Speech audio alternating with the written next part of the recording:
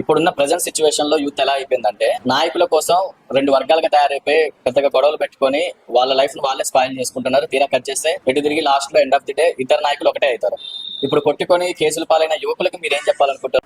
అంటే నా ఆలోచన ఎలా ఉందంటే, మీరే ఒక నాయకుడిగా ఎదగండి. అంటే యువత కూడా రాజకీయాల్లోకి రావాలి. దానికోసం ఒక భారీ ప్రాజెక్ట్ ని చేపడబోతాం త్వరలోనే. తెలంగాణ యూత్ ఫోర్స్ అని చెప్పేసి ఒకటి ఏర్పాటు చేసి 2028 ఎలక్షన్స్ లో ఖచ్చితంగా ఒక 5 నుంచి 10 మంది యువతని చట్టసభల్లో పంపాలనే ఉద్దేశంగా ఉమ్మడి 10 జిల్లాల్లో తెలంగాణ వ్యాప్తంగా ఒక నిరుద్యోగుల్ని, యువతని, పట్టభద్రులందరినీ ఏకం చేసి తెలంగాణ యూత్ ఫోర్స్ అనే ఒక సంస్థ ద్వారా వీళ్ళందరినీ చట్టసభల్లో పంపాలనే ఉద్దేశంతో మనం ప్రయత్నిస్తున్నాం.